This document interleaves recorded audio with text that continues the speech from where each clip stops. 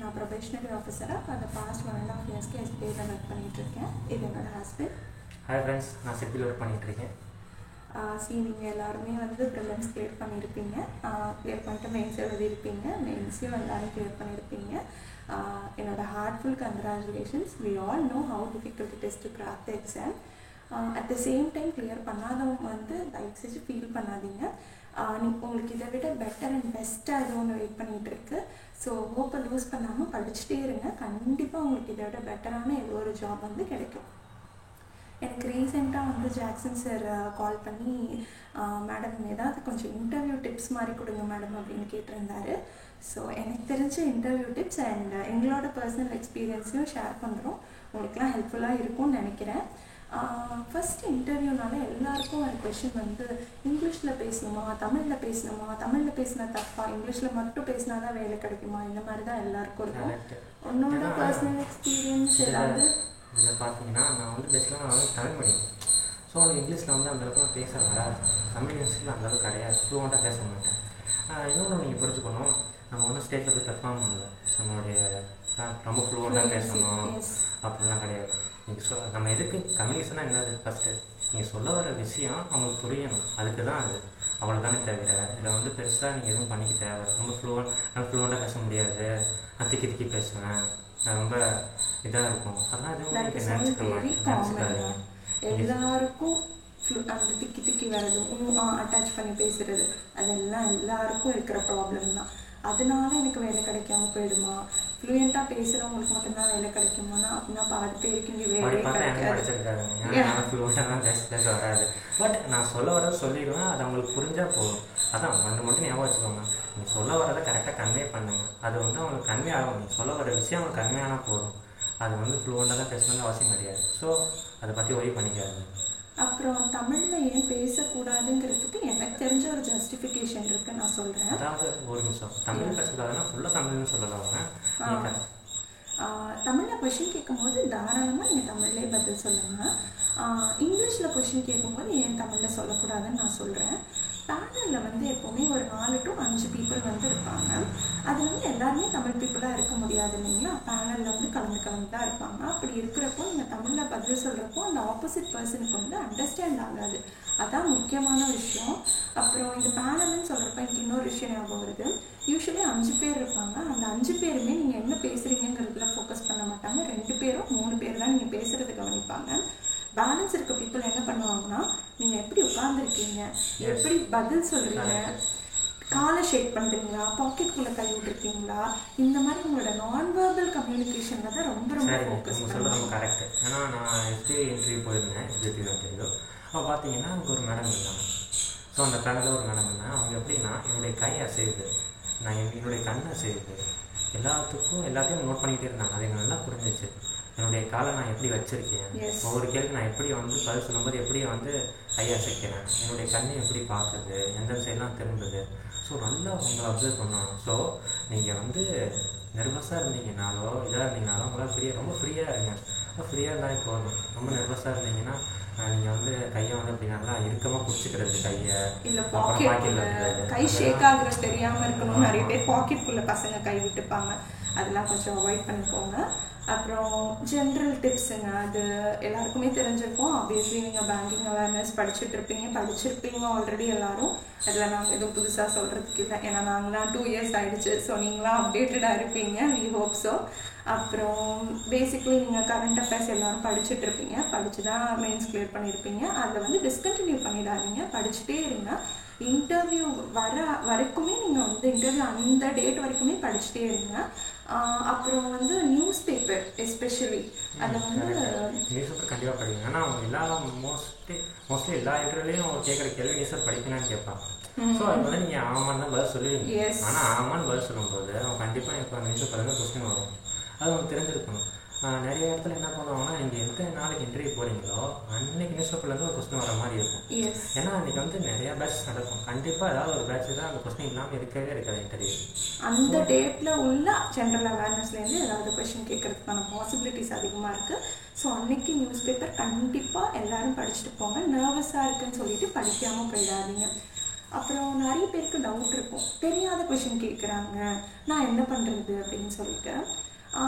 என்னோட personal experience சொல்கிறேன். நான் வந்து 2021 RRB PO, SBI PO, IBPS PO 3 இன்டர்வியூவும் போயிருந்தேன். 3மே கிராக் பண்ணியிருந்தேன்.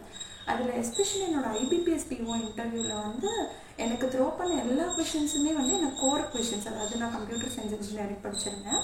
ஸோ எல்லா கொஷின்ஸுமே எனக்கு மோஸ்ட்லி வந்து அது ரிலேட்டடாக தான் இருந்தது. அப்போ வந்து எனக்கு எந்த கொஷினுக்குமே நிறைய கொஷினுக்கு ஆன்சர் தெரியவே இல்லை. அவங்க கேட்டப்போ நான் தெரியலன்னு சொல்லிட்டேன். அப்போயும் என்னோட கான்ஃபிடென்ஸை டவுன் பண்ணுற மாதிரி அந்த மேடம் எகெயின் ஸ்ட்ரெஸ் பண்ணி கேட்டாங்க, நீங்கள் கம்ப்யூட்டர் சயின்ஸ் இன்ஜினியரிங் தானே படிச்சிருக்கீங்க, ஏன் வந்து இது உங்களுக்கு நீங்கள் தெரிஞ்சுக்கல அப்படின்னு கேட்டாங்க. Sorry madam, I do not know, I will update myself அப்படின்னு சொல்லி நான் சொல்லிட்டேன். ஸோ உங்களுக்கு ஏதாவது ஒரு கொஷின் தெரியல அப்படிங்கிறப்போ வந்து பெட்டர் நீங்கள் அதை வந்து சுற்றி வளைச்சி வந்து ஏதோ கவரப் பண்ண ட்ரை பண்ணாமல் எனக்கு தெரியல, sorry, I am not aware of it, I will update myself அப்படின்னு மட்டும் சொல்லிட்டீங்கன்னா அதுவே வந்து நீங்கள் ஆனஸ்ட்டாக இருக்கீங்கிற மாதிரி உங்கள் பேனலுக்கு வந்து ஜஸ்டிஃபை பண்ணுற மாதிரி ஆகிடும். ஆனஸ்டியும் கான்ஃபிடென்ஸும் தான் நம்ம வேலைக்கு வந்து ரொம்ப ரொம்ப இம்பார்ட்டன்ட். அதுதான் நான் இந்த வேலைக்கு தகுதியாக இருக்கேங்கிறது ஜஸ்டிஃபை பண்ணுற மாதிரி ஃபேக்டர்ஸு. இப்போ என்ன எடுத்துக்கிட்டிங்கன்னா, நான் வந்து ஐபிஎஸ் பிஓ இன்டர்வியூ பண்ணியிருந்தேன் லாஸ்ட் டைம் பண்ணும்போது. அதுக்கப்புறம் அது கிளியர் பண்ணியிருந்தேன். என்னால் கிளியர் பண்ணாலும் ரொம்ப கம்மியான மார்க் தான் இன்டர்வியூ எடுத்து நான் கிளியர் பண்ணியிருந்தேன். அந்த இன்டர்வியூ வந்து ஃப்ரம் த ஸ்டார்டிங் சூப்பராக போச்சு, நல்ல ஒரு ஃப்ளோ இருந்துச்சு, எல்லா கொஸ்டினும் நல்லா பண்ணிகிட்டு இருந்தேன். பட் கடைசி என்கிட்ட கேட்ட ஒரே ஒரு கொஸ்டின் தான், அதுதான் என்னுடைய என் மேலே வச்சுருந்தேன், அவங்களுக்கு என் மேலே இருந்து அந்த கான்ஃபிடன்ஸ் ஃபுல்லாக உடச்சிருச்சு. ரொம்ப சூப்பராக போச்சு. கடைசி ஒரே ஒரு கொஸ்டின் மட்டும் கேட்டாங்க, ரொம்ப ஜென்ரலான கொஸ்டின், எனக்கு சரியாக ஞாபகம் இல்லை என்னன்னு. அது வந்து நான் தெரியாமல் வந்து தப்பாக சொல்லிட்டேன். அதாவது எனக்கு தெரியாத விஷயத்த நான் சொல்லிட்டேன், இப்படி தான் அப்படின்னு சொல்லிட்டேன். உடனே எனக்கு அதுலேருந்து அடுத்தடுத்த கொஸ்டின் வந்துச்சு. அப்புறம் எனக்கு தெரியல சார் அப்படின்னு சொல்லிட்டேன். அப்புறம் எப்படி நீங்கள் தெரியாத விஷயத்து தெரியும்னு சொன்னீங்க அப்படின்றாங்க. ஸோ அது ரொம்ப முக்கியம். உங்களுக்கு தெரியலன்னா தெரியாது, அவ்வளோதான். ஏன்னா நீங்கள் என்ன உங்கள் வாயிலேருந்து வர்ற ஒவ்வொரு வார்த்தைக்கும் நீங்கள் தான் ரெஸ்பான்சிபிள். அதுலேருந்து அடுத்தடுத்த கொஸ்டின் வந்துகிட்டே இருக்கும். தெரியலன்னா தெரியல, அவ்வளோதான். அதுதான் நான் இப்போ பயோ பற்றி சொல்லணும்னு நினைக்கிறேன். உங்கள் பயோவில் வந்து ஒரு 30 to 40 செகண்ட்ஸ்க்கு கூட ரெடி பண்ணி வச்சுக்கோங்க. மேபி சில பீப்புள் ஸ்ட்ரென்த் அண்ட் வீக்னஸ் சொல்லுவாங்க. அப்படி சொல்கிறவங்களுக்காக நான் சொல்கிறேன், உங்களோட ஸ்ட்ரென்த் அண்ட் வீக்னஸ்ஸை சொல்லுங்கள். தயவுசெய்து ஏதோ ஒரு வீடியோ பார்த்துட்டு போய் ஸ்ட்ரென்த் அண்ட் வீக்னஸ் சொல்லவே சொல்லாதீங்க. ஏன்னா அதுலேருந்து கண்டிப்பாக கொஷின்ஸ் கேட்பாங்க. ஸோ நீங்கள் ஸ்ட்ரென்த் அண்ட் வீக்னஸ் சொல்கிற மாதிரி இருந்தீங்கன்னா உங்களோட மட்டும் சொல்லுங்கள். அப்புறம் நிறைய பேருக்கு நான் கேள்விப்பட்டது வந்து வீக்னஸ் இருந்ததுன்னா அதை எப்படி ஓவர் கம் பண்ணுவீங்கலாம் கேட்டிருந்தாங்க. ஸோ உங்களோட வீக்னஸாக இருந்தால் தானே அதை ஓவர் கம் பண்ணுறதுக்கு உங்களுக்கு வழி தெரியும். வேறு யாரோட வீக்னஸ் சொல்கிறப்போ அதை நம்மளால் ஜஸ்டிஃபை பண்ண முடியாது. அப்புறம் ஹாபீஸ் ரொம்ப இம்பார்ட்டண்ட்டு. என்கிட்டயும் ஹாபீஸ் என்னங்கிற மாதிரி கேட்டிருந்தாங்க. பேசிக்கலி வந்து நான் புக்ஸ் நிறைய படிப்பேன். அதனால வந்து நான் என்ன சொல்லிட்டேன், நான் புக்ஸ் படிப்பேன் அப்படின்னு சொல்லியிருந்தேன். அவங்க உடனே கேட்டாங்க, லேட்டஸ்ட்டாக என்ன புக்கு படிச்சிங்க, யார் ஆத்தரு, அதோட முடிவு எப்படி இருந்தது, அதுக்கப்புறம் வந்து ஏன் இப்படி பண்ணாங்க, இந்த கதை ஏன் இப்படி முடிச்சாங்கன்னு ஜஸ்டிஃபை பண்ணுங்க அப்படிங்கிற அளவுக்கு எனக்கு புக் ரிவ்யூ அளவுக்கு கொஷின்ஸ் கேட்டாங்க. நிறைய பேருக்கு ஹாபிஸ் இல்லாமல் கூட இருக்கும்னு நினைக்கிறேன். பார்த்தா சொல்லப்போனால் எனக்கு வந்து சொல்லிக்கிற மாதிரி ஒரு ஹாபிஸ் இல்லைங்க. நான் என்கிட்ட கேட்டாங்க ஒரு இன்டர்வியூவில், லாஸ்ட் இன்டர்வியூன்ட்டு கேட்டாங்க, செல்ஃப் இன்டர்வியூ, உங்களுக்கு உங்களுடைய ஹாபி என்ன அப்படின்னு கேட்டாங்க. சொல்லப்போனால் சொல்லிக்கிற மாதிரி எதுவுமே இல்லை. நான் நினைவு டயத்தில் அப்பாவோட கடைக்கு போயிடுவேன் ஹெல்ப் பண்ணுறதுக்கு. அதுக்கப்புறம் வீட்டுக்கு வந்தேன்னா டிவி பார்ப்பேன், அப்புறம் ஃப்ரெண்ட்ஸோடு சுற்றுவேன், அவ்வளோதான். இதுதான் என்னுடைய ஹாபி. இதுதான் நான் இன்டர்வியூ சொன்னேன் கூட. ஆக்சுவலாக உடனே சிரித்தாங்க, டிவி பார்ப்பீங்களா, டிவி பார்க்குறீங்கன்னா என்ன பார்ப்பீங்க அப்படின்னு கேட்டாங்க. நான் சொன்னேன், சார் டிவி பார்ப்பேன்னா அவங்களோட கேட்டது நியூஸ் பார்ப்பீங்களா, நியூஸ் சேனல் பார்ப்பேன், பட் ரொம்பக்கெல்லாம் கிடையாது, ரொம்ப கம்மியாக பார்ப்பேன். எனக்கு வந்து இப்போ படிக்கும்போது ரொம்ப ஸ்ட்ரெஸ்ஸாக இருக்கும், அந்த மாதிரி இருக்கும்போது நான் காம்படிஷன்ஸ் தான் ஏன் பார்ப்பேன் அப்படின்னு. ஓ அப்படியா அப்படின்னோடனே, ஓ அப்படியா, ஆனால் எந்த யாரோட காமெடி உங்களுக்கு ரொம்ப பிடிக்கும் அந்த மாதிரிலாம் கேட்டாங்க. ஸோ நான் அதை பதில் சொல்லிகிட்டு இருந்தேன். அதுக்கப்புறம் வந்து இதுக்கப்புறம் முடிஞ்சதுக்கப்புறம் அவங்க சொன்னாங்க, நீங்கள் என்ன உங்களுக்கு ஹாபி வந்து கொஞ்சம் வளர்த்துக்கோங்க, புக்ஸ் படிங்க, அப்புறம் நியூஸில் விவாத மேடையெல்லாம் இருக்கும்ல, ஸோ அதெல்லாம் பாருங்கள், அது வந்து ஓரளவுக்கு நல்ல டாப்பிக்காக இருந்தால் அதை பாருங்கள். ஸோ ஒவ்வொருத்தவங்களோட வியூ அப்படின்னு தெரியும், அதை வந்து யார் எப்படி பார்க்குறா அப்படின்னு உங்களுக்கு புரிய வரும் அப்படிங்கிறாங்க. ஸோ வந்து இட்ஸ் ஃபைன். உங்களுக்கு வந்து சொல்லிக்கிற மாதிரி ஹாபி இல்லை அப்படின்னா அது அப்சல்யூட்லி ஃபைன். அதை பற்றி ஒரி பண்ணிக்காதீங்க. நீங்கள் அதையே சொல்லுங்கள், உண்மையை சொல்லுங்கள், எனக்கு ரொம்ப ஃப்ராங்காக பேசுங்க, ஃப்ரீயாக பேசுங்க, அவ்வளோதான். கொஷின்ஸுமே வந்து உங்களோட நாலேஜை மட்டும் தான் டெஸ்ட் பண்ணுற மாதிரி கேட்க மாட்டாங்க. உங்களோட கான்ஃபிடென்ஸ் லெவலை, அப்புறம் வந்து நீங்கள் எப்படி வந்து தெரியாததை டேக்கிள் பண்ணுறீங்க. எல்லாமே தெரிஞ்சிருக்கணும்னு எந்த அவசியமும் இல்லை. நிறைய பேருக்கு நிறைய விஷயங்கள் தெரியாமல் இருக்கும். தெரியாதுன்னு ஒத்துக்கணுங்கிறதுக்காகவே அவங்க நிறைய கொஷின்ஸ் வந்து கேட்பாங்க. ஃபர்ஸ்ட் உங்களோட கான்ஃபிடென்ஸுங்க, அப்புறமா நீங்கள் வந்து எப்படி கொஷின்ஸ் அந்த சுச்சுவேஷனை டேக்கிள் பண்ணுறீங்கிறது, இது எல்லாத்தையும் தாண்டி போனதுக்கப்புறம் தாங்க கம்யூனிகேஷனு, அந்த ஒர்க் ஆப்ஸு, ஃப்ளூயன்சி இதெல்லாம் கடைசியில் தாங்க வருது. ஸோ உங்களுக்கு தெரிஞ்சதை தைரியமாக உண்மையாக நல்லா கான்ஃபிடெண்ட்டாக பண்ணுங்கள். கண்டிப்பாக நீங்கள் எக்ஸாம் கிராக் பண்ணுவீங்க. இன்டர்வியூவில் ஃபைனல் ரிசல்ட் வரும். எல்லாருமே எங்கள் கூட ஜாயின் பண்ணிப்பீங்க. ஃப்ராங்காக பதில் சொல்லுங்கள், ஃப்ரீயாக பேசுங்க. ஏன்னா இதுதான் நம்மளுக்கு அப்படின்னு சொல்லிட்டு ஒரு மாதிரி ரெஸ்ட்ரிக்ட் பண்ணிட்டு ஒரு குறுகிய இடத்துல போகாதீங்க. நிறைய ஆப்பர்ச்சுனிட்டிஸ் இருக்குது. ஏன்னா எனக்கு வந்து எஸ்பிஐ கிடைக்கல, பட் அப்போ கிடைச்சதானே எஸ்பிஐ. ஸோ ஒன்று கிடைக்கலன்னா அதுக்கப்புறம் ஏதோ ஒன்று கிடைக்க தான் போகுது நம்மளுக்கு. அதனால வந்து ரொம்ப நெர்வஸாக ஃப்ரீயாக ஃப்ரெண்ட்ஸ்கிட்ட பேசுகிறதா ரொம்ப பேசுங்க. அவங்களுக்கு வந்து நீங்கள் ஒரு நம்பிக்கையை உண்டாக்கணும். அதாவது இன்டர்வியூ பொறுத்த வரைக்குங்க நீங்கள் வந்து எப்படி ஹேண்டில் பண்ணுறீங்க அதுதான் முக்கியமே தவிர வேறு எதுவுமே கிடையாது. இன்டர்வியூ பொறுத்தளவுக்கு நீங்கள் ஹேண்டில் பண்ணணும்.